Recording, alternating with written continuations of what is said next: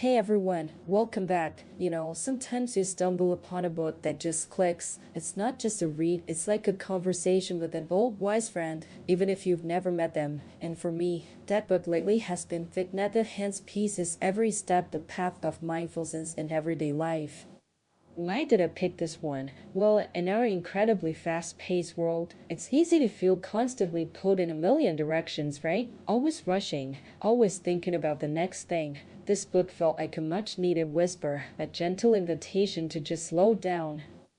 And let me tell you, it's not just a book about peace, it is peace, from cover to cover. It's a profound guidebook that shows us how to find peace not somewhere far off in the future, but right here, right now, in the simplest moments of our daily lives. Thich Nhat Hanh, or they as his students call him, is this incredible Vietnamese ambassador, poet, and peace activist. Can you believe he was nominated for the Nobel Peace Prize by none other than Martin Luther King Jr.? That alone tells you the kind of person he is. He's spent over 40 years as a monk, dedicated to helping people live mindfully and engage with the world in a compassionate way. The core message he delivers is beautifully simple. Peace isn't a destination, it's the very path we walk. And it's not just about big, grand gestures, it's about the tiniest, most ordinary acts. So, what does that actually mean? Well, he breaks it down into these really practical yet deeply spiritual approaches. He says the most fundamental practice is conscious breathing. It sounds almost too simple, doesn't it? But he suggests just saying in as you breathe in and out as you breathe out. Just those two words can help you bring your scattered mind and body back together, making you whole again. He even has a calligraphied sign in his meditation room that says, "Breathe, you are alive." It's a reminder that pure joy can come from something as basic as realizing you're breathing and that you're alive in this very moment. And speaking of simple joys, he talks a lot about smiling. Not just a fake, polite smile, but a genuine half smile that comes from an awakened mind. He even calls it mouth yoga. He says it can relax hundreds of muscles in your face and truly banish worries and fatigue. Imagine starting your day by putting a little reminder like a leaf or a painting near your bed, so the first thing you see when you wake up makes you smile. He suggests that if you see a dandelion and know it's keeping your smile for you, then you still have enough mindfulness to get it back. It's such a sweet image, isn't it? Now, you might be wondering, okay, breathing and smiling, I get it, but what about all the busy stuff? My job, my commute, my chores? And this is where the book truly shines. They says you don't need a special meditation room. You can practice conscious breathing anywhere, sitting in your office chair, waiting in line at the bank, or even in a traffic jam. He calls things like the ringing telephone or a red traffic light bells of mindfulness. Instead of getting irritated, they become signals to pause, breathe, smile, and return to your true self. Can you imagine a world where everyone smiled at red lights? What a difference that would make. He even has this beautiful verse for driving before starting the car. "I know where I'm going. The car and I are one. If the car goes fast, I go fast." It's a deep reminder to be present, to question if the journey is even necessary, and to see the car not just as an instrument but as an extension of ourselves. He extends this mindfulness to everything, washing dishes, for instance. For most of us, it's a chore we rush through to get to something better. But they says if you can wash dishes joyfully, you won't enjoy your dessert either, because you'll always be trapped into the future, missing the present. He teaches that washing dishes can be both a means to clean dishes and an end living fully in each moment while washing them.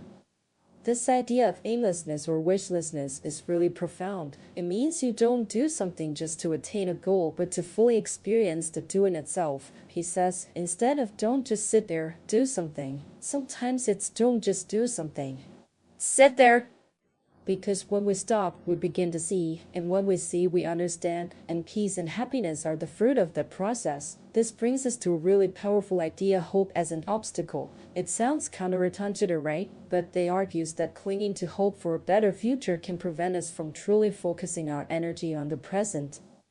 If we're always hoping for peace tomorrow, we might miss the peace that's available in our smile, our words, and our actions today. As Ajit Mus said, there is no way to peace. Peace is the way. It's about realizing that everything we want is already right here in the present moment.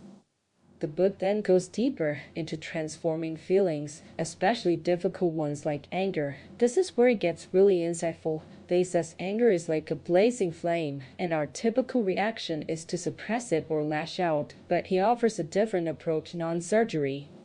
We don't try to get rid of our anger. Instead, we observe it with love and attention, like a mother holding a crying baby. When we're angry, we're the anger, it's an energy within us. His brilliant analogy is comparing anger to compost. At first, it's smelly and unwanted. But a good organic gardener knows it can be transformed into beautiful flowers. In the same way, we can transform anger into understanding and compassion by looking deeply into its roots, which are often our own lack of understanding or inaccurate perceptions. You might then ask, but what if someone else makes me angry? Tay points out that blaming never helps. He uses the example of lettuce. If your lettuce isn't growing well, you don't blame the lettuce, you look at the conditions. Maybe it needs more water or less sun. It's the same with people. When we understand the underlying causes of someone's actions, perhaps how they were treated in their past, our anger can dissolve into compassion. He tells a story about a 14-year-old boy at Plum Village who realized his own anger was a seed transmitted from his father, who was likely also a victim. By seeing this, the boy could transform his anger and even help his father. This leads to the beautiful idea that understanding and love are not two separate things, they're one. When you truly understand, you can't help but love.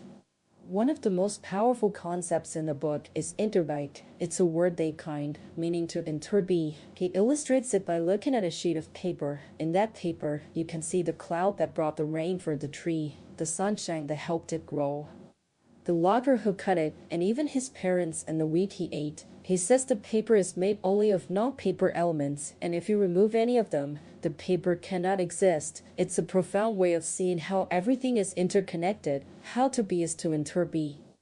We can't exist by ourselves alone. This applies to everything, even the concepts of flowers and garbage.